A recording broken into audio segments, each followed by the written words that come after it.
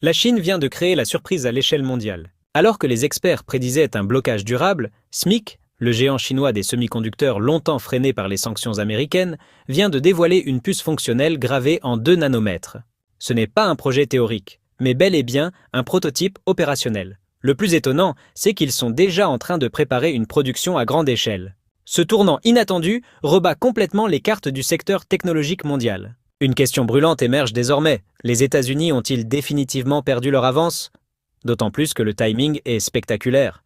En effet, à peine quelques mois après avoir été privés des technologies les plus avancées en matière de gravure de puces, notamment les systèmes EEV, SMIC a accompli ce que beaucoup jugeaient irréalisable. L'annonce a été faite lors d'un grand événement technologique et a provoqué un véritable séisme dans l'industrie. Face à cela, Washington est resté silencieux, un mutisme lourd de sens. À Taïwan, le géant TSMC, leader incontesté du secteur, ressent déjà la menace. Son avance est en train de se réduire à vue d'œil. La communauté tech est sous le choc. Comment SMIC a-t-il réussi un tel exploit malgré les nombreuses barrières imposées? Pour bien comprendre l'enjeu, il faut savoir ce que représente une gravure à 2 nanomètres. Dans l'univers des semi-conducteurs, chaque nanomètre est crucial. Les transistors, ces minuscules composants qui traitent l'information, deviennent de plus en plus petits. Plus ils sont fins, plus on peut en intégrer sur une seule puce, ce qui permet de booster la puissance, réduire la consommation d'énergie et d'ouvrir la voie à des avancées majeures dans l'intelligence artificielle, le traitement de données ou encore les technologies numériques avancées. Atteindre les 2 nanomètres, c'est entrer dans une nouvelle ère. Ce n'est pas juste une évolution, c'est une révolution. Imaginez concentrer une puissance informatique gigantesque dans un espace plus petit qu'un grain de sable. Aujourd'hui, SMIC est en passe de rivaliser, voire de dépasser les meilleurs acteurs du secteur. Pour illustrer, les dernières puces M3 d'Apple, utilisées dans les iPhones et MacBooks, sont gravées en 3 nanomètres, une technologie déjà très avancée. TSMC, qui les fabrique, développe également ses propres puces en 2 nanomètres, mais la production à grande échelle n'a pas encore commencé. Pendant ce temps, SMIC, sans faire de bruit et sans accès aux équipements les plus sophistiqués, a franchi la ligne d'arrivée en premier. Ce n'est pas un simple rattrapage, c'est une percée stratégique majeure.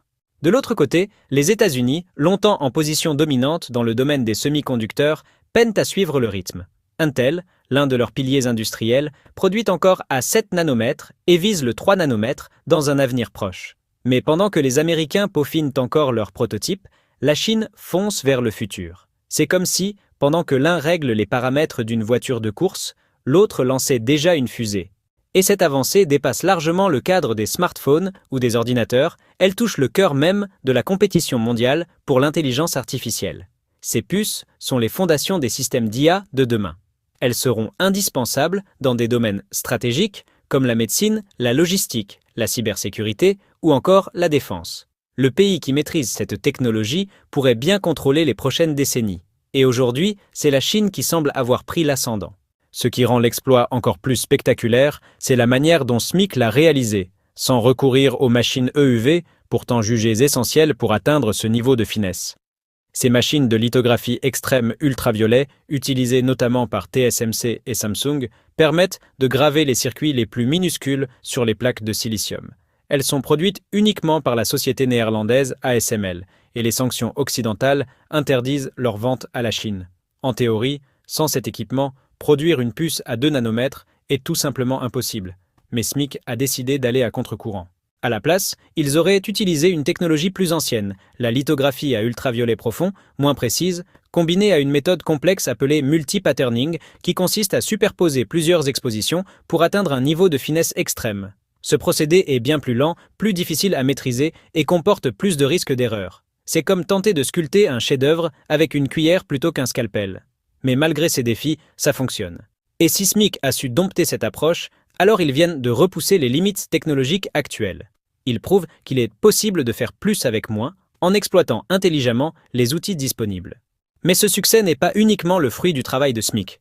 Un autre acteur chinois y aurait aussi joué un rôle clé, Huawei. Tout comme SMIC, Huawei a été durement frappé par les sanctions et cherche désespérément à se libérer de la dépendance aux technologies occidentales. Selon certaines rumeurs insistantes dans le secteur, les 2 entreprises auraient uni leurs forces en secret, partage de recherche, co-développement, mutualisation des compétences et des ressources. Une alliance discrète mais puissante, comme 2 grimpeurs attachés à la même corde pour atteindre ensemble un sommet quasi inaccessible. Il faut dire que cette avancée ne tombe pas du ciel. La Chine prépare le terrain depuis longtemps. Elle a investi méthodiquement pour bâtir une chaîne d'approvisionnement nationale, entièrement indépendante. Matériaux, wafers, composants chimiques, machines-outils, tout a été progressivement développé localement. Pékin ne veut plus dépendre des importations ni être à la merci de restrictions étrangères. Elle a construit, brique par brique, un écosystème semi-conducteur autonome à l'abri des ingérences extérieures. Et aujourd'hui, les fruits de cette stratégie commencent à se faire sentir. SMIC, sous embargo, privé des outils les plus avancés, parvient à produire une puce fonctionnelle à 2 nanomètres. La production industrielle est en préparation. Le soutien probable de Huawei renforce l'ensemble. En utilisant des technologies dites dépassées, mais avec ingéniosité, la Chine vient de donner une leçon d'adaptation au reste du monde. Alors que beaucoup pensaient que Pékin avait perdu la bataille technologique, elle vient peut-être de prendre une longueur d'avance. Ce n'est pas juste un exploit, c'est un signal. La Chine est en train de redéfinir les règles du jeu.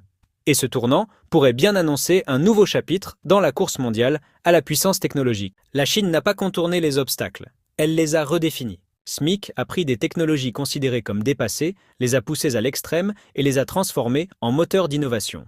Une prouesse née de la contrainte, forgée par l'isolement et la nécessité d'indépendance. Et aujourd'hui, le monde découvre une réalité troublante. Les puces 2 nanomètres ne sont plus un projet futuriste, elles sont là, concrètes, gravées dans le silicium. Ce n'est pas seulement une percée technologique, c'est un choc frontal contre l'architecture du pouvoir numérique dominé jusqu'ici par l'Occident. Pendant longtemps, les États-Unis ont contrôlé les rouages essentiels du monde digital. Mais cette maîtrise est désormais fragilisée. Pékin n'a pas simplement créé une nouvelle puce. Elle a bâti tout un écosystème industriel capable de fonctionner sans dépendre des infrastructures occidentales. Un système résilient, pensé pour tenir face à la pression extérieure. Huawei, qu'on croyait affaibli, revient au premier plan avec des technologies que beaucoup jugeaient révolues. Et SMIC, autrefois un acteur secondaire, prend désormais une place centrale dans l'histoire des semi-conducteurs. À Washington, cette avancée ne suscite ni déclaration officielle, ni réaction immédiate. Un silence étonnant, presque surréaliste, face à ce qui représente un bouleversement stratégique. Toutes les sanctions imposées, toutes les tentatives de blocage, restrictions commerciales, embargo technologique, pression diplomatique, devaient empêcher un tel scénario. Et pourtant, il est en train de se produire sous leurs yeux. Ce retournement brutal rappelle une chose essentielle. La Chine, quand elle est acculée, ne plie pas, elle s'adapte. Mais il serait naïf d'interpréter ce silence comme un aveu de défaite. Ce calme apparent masque sans doute une riposte en préparation. Des sanctions renforcées, des pressions nouvelles, des mesures plus ciblées contre l'ensemble du réseau technologique chinois sont probablement en cours d'élaboration. Car cette percée remet en question l'architecture stratégique sur laquelle l'Occident avait bâti sa domination numérique. Ce que l'on croyait être un mur infranchissable pourrait bien n'avoir été qu'un décor de papier. Et maintenant, ce décor s'effondre. Des entreprises américaines comme Nvidia, numéro 1 des puces d'intelligence artificielle, commencent à voir leur monopole menacé. Si la Chine parvient à produire ses propres processeurs IA en 2 nanomètres, plus rapides, moins chers et insensibles aux tensions géopolitiques, alors l'équilibre du marché sera bouleversé. Nvidia ne sera plus seul, il devra lutter pour conserver sa position. Quant à Intel, déjà en difficulté, toujours enlisé dans le 7 nanomètres, il risque d'être dépassé définitivement. Dans des marchés où seule la performance compte, l'argument politique ne suffira plus à compenser le retard technique. Même Qualcomm, fortement dépendant de TSMC à Taïwan pour la production de ses puces, pourrait vaciller. Car si SMIC réussit à égaler, voire dépasser les performances de TSMC, cette dépendance stratégique deviendra une faiblesse. Le leadership de Qualcomm dans le secteur du mobile pourrait alors être sérieusement remis en question. À ce niveau, il ne s'agit plus d'une simple concurrence technologique, mais d'une remise en cause existentielle des équilibres industriels mondiaux. Désormais, tous les regards convergent vers Taïwan, épicentre fragile mais vital de la chaîne mondiale des semi-conducteurs. TSMC, longtemps considéré comme l'acteur incontournable de la haute technologie, est en passe de perdre son statut de référence absolue. L'ascension rapide de SMIC ébranle les fondations même de cette hégémonie. Et si la Chine parvient à industrialiser massivement cette technologie, la dynamique mondiale pourrait changer de centre de gravité. La stabilité économique de Taïwan, son rôle géopolitique et même sa sécurité stratégique seraient alors directement affectés. Pris entre la pression américaine d'un côté et les exigences croissantes de Pékin de l'autre, TSMC est désormais au cœur d'un dilemme géopolitique insoluble. Le contexte actuel ressemble à une tempête parfaite. Instabilité technologique, pression économique, tensions diplomatiques. Et dans ce tumulte, la suprématie de Taïwan semble vaciller pour la première fois. Mais ce bouleversement dépasse largement la sphère des semi-conducteurs. Derrière chaque puce se joue une bataille d'influence globale, car ces composants sont le socle de toute la modernité. Systèmes de communication, infrastructures industrielles, sécurité nationale. Celui qui maîtrise cette technologie détient les clés de la puissance. Et si la Chine atteint l'autonomie complète, alors l'Occident perd l'un de ses outils d'influence les plus décisifs.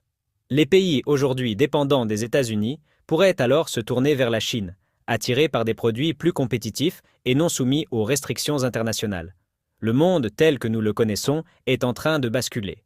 L'ordre établi se fissure et une nouvelle carte géoéconomique se dessine. Et face à cette recomposition silencieuse, les États-Unis assistent à l'émergence d'un avenir sur lequel ils n'ont plus le contrôle total. Reste une interrogation cruciale.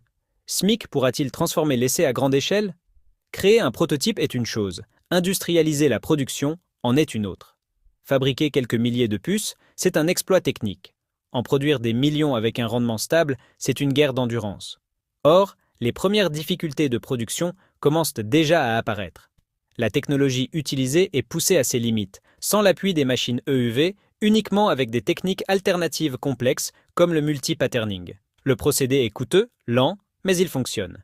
Et SMIC n'est pas seul. L'entreprise bénéficie du soutien massif de l'État chinois avec des ressources financières quasiment illimitées, du temps et une volonté politique claire, se libérer définitivement de la dépendance technologique occidentale. Huawei injecte déjà des milliards dans la recherche et le développement pour soutenir cette dynamique. Le compte à rebours est lancé et la course s'intensifie. D'ici 2026, tout pourrait basculer. Si la Chine réussit à passer à la production de masse, ce ne sera pas une simple perturbation du marché. Ce sera un véritable tournant historique. Avec cette nouvelle génération de puces, SMIC est en mesure d'alimenter l'IA du futur, des modèles plus puissants, un apprentissage plus rapide, des coûts réduits. Et d'un coup, l'Occident ne mène plus la course, il la poursuit.